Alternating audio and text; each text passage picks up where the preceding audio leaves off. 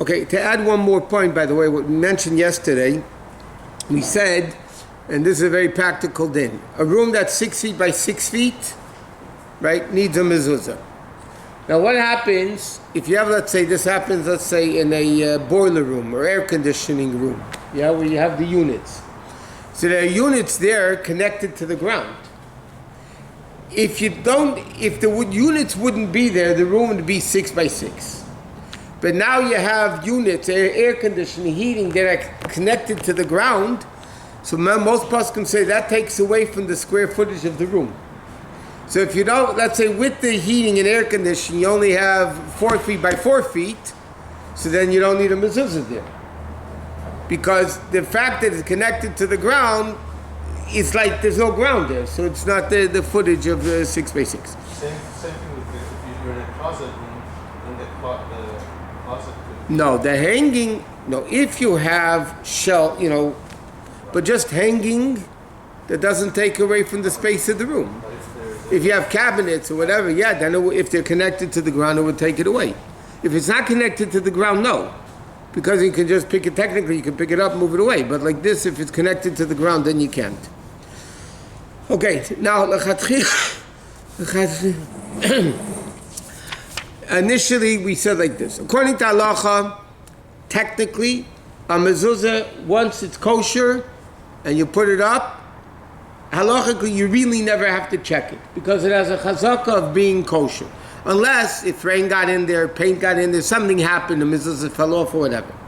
Nevertheless, Shulchan Aruch says it's still customary to check the mezuzah twice every 7 years. You mentioned that the Rabbi really wants a mezuzah to be checked every year, like the Mata Ephraim and other poskim write. It's preferred to check the mezuzah every year. Now, what happens if you take down the mezuzah for a few days to check? Do you make a new bracha when you put it back up? So obviously if something was needed to be fixed, so what the mezuzah, let's say, wasn't kosher, now you're fixing it, so then of course you have to make a new bracha because it's a new mezuzah. But many people have a custom, and that I believe is our custom unofficially also, that if a mezuzah is down for 2-3 days, checking, so if let's say you take it down in the morning, you put it back up at night and it was checked, then you don't make a new bracha. If it's a day or 2 days or so the minhag is even when you put it up, the same mezuzah that you had from before, the din is you would make a new bracha. But it says a person is supposed to be extremely careful with the mitzvah of mezuzah. It's an obligation, constant. In fact, it says when you go in and out, you're supposed to touch the mezuzah. Some people have a mitzvah minhag of kissing the mezuzah, touching the mezuzah. It's interesting.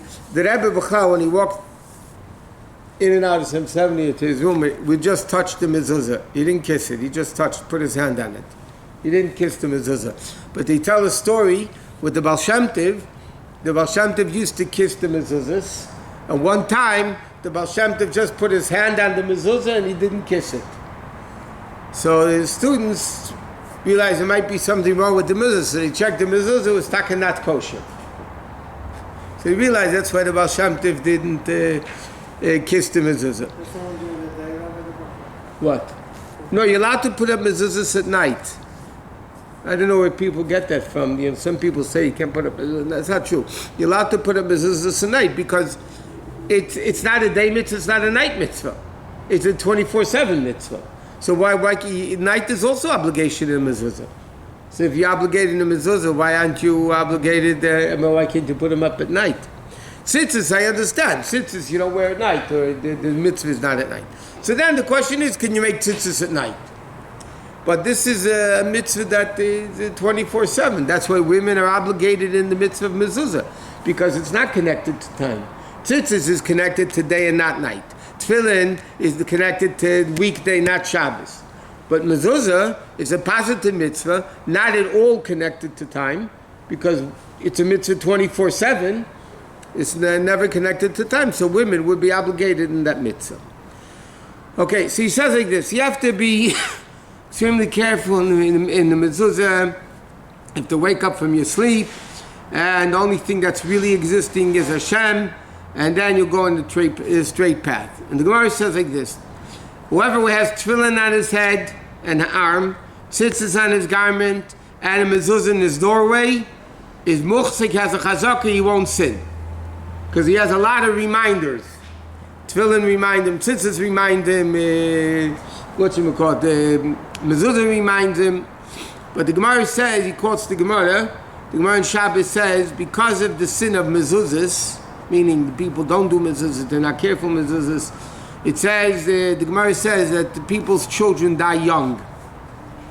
And it says on the contrary, the Gemara says, whoever is careful and meticulous in the mitzvah of mezuzah, then like it says, then you're going to live long. We mentioned a while ago that there was outside of Tzfas when there was a terror attack. Ma'alot, where was it? I remember where it was. Eilat? No, Eilat's in the south. This was next to Tzfas. So there was a terror attack in Steingedacht, 18, 19, it was in the school. 18, 19 kids passed away. So the Chabad Shliach there in Tzfas went to the school, and he found that there were 18, or not whatever the amount was, non-kosher mezuzahs in the school. Then the Steingedacht, another kid died, and they kept looking, they found another non-kosher mezuzah. So the Rebbe, by the gathering, you have to wait until I'm done, because it's going to... So the Rebbe said, you see the connection between living and mezuzah. So right away it became all the troublemakers that came out. If the Rebbe said day, they said night, they said night, they said day, whatever. They came out against the Rebbe, and they said, where does it say anywhere in the Torah that if you don't have a mezuzah, you're going to get killed? That's what they thought. The Rebbe implied, you don't have a mezuzah, that's why they died. So where do you find that in Torah? If you don't have a mezuzah, the punishment is death. There's no such thing. So the Rebbe by the Fabrengen, I was there then, it was a long time ago. So the Rebbe the Fabrengen said the following. He said he was like shocked at the question. The Rebbe said like this, a mezuzah is a protection. So the Rebbe gave the analogy of a soldier goes to war and he's wearing a helmet. So if a soldier is wearing a helmet and somebody shoots at the helmet, it's going to save his life because it's not going to penetrate the helmet, so he won't be shot in the head.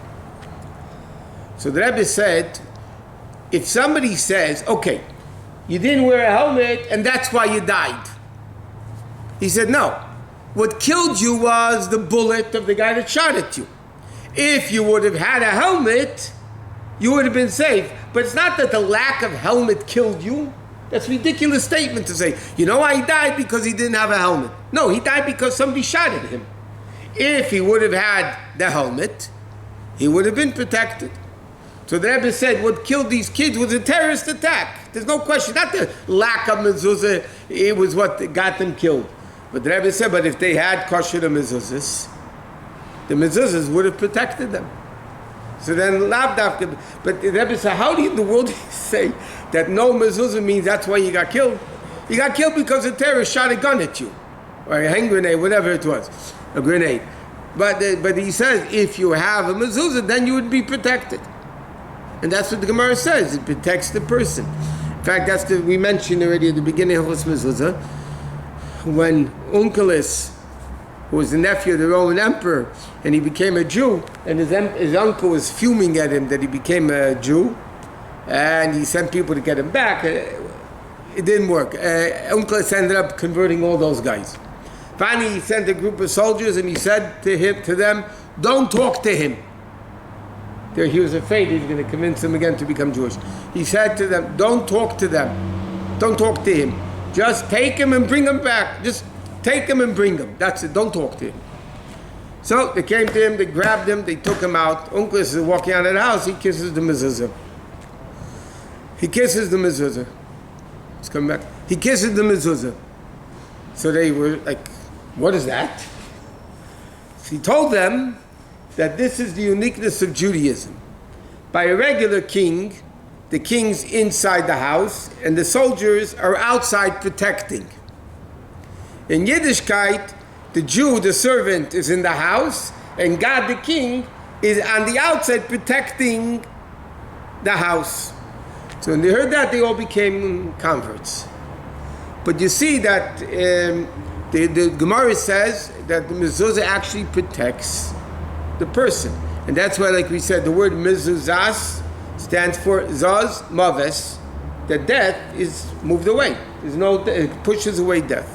So that's the importance of making sure every doorway has a mezuzah and it's up on the right place, and it's a kosher mezuzah, and that's what it is. Does the school necessarily need a mezuzah, like Huh? the hospital?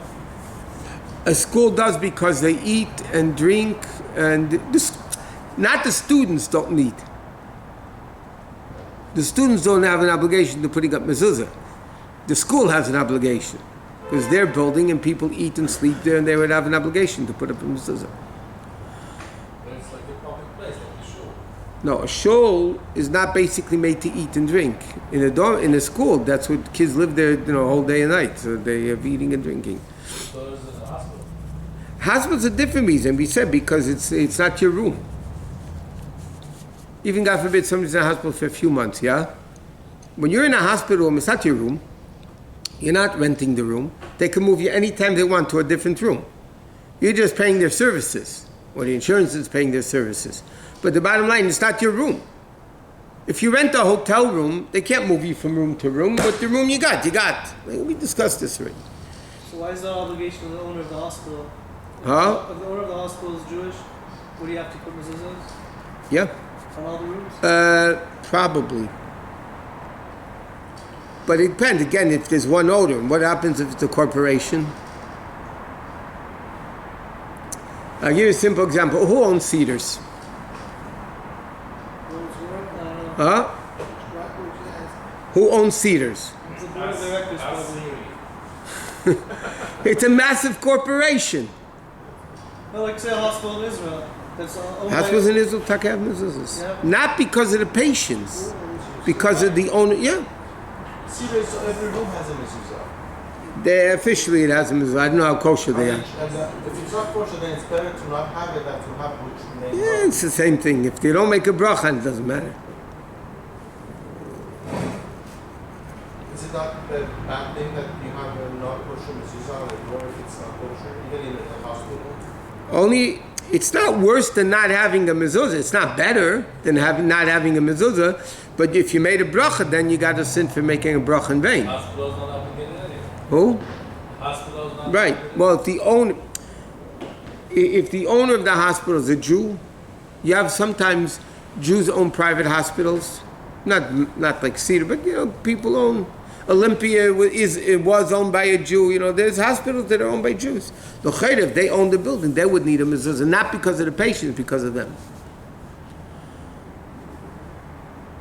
And same thing, school needs again, but the school is obligated to put it. So a building that people live in, a rental building, the owner is a Jew, should put up a mezuzah on the front door? On the front door, it would be his obligation. Or technically the tenants, but if it's partnership, if the Goyim and Jews in the apartment building, right, then it wouldn't necessarily be his obligation.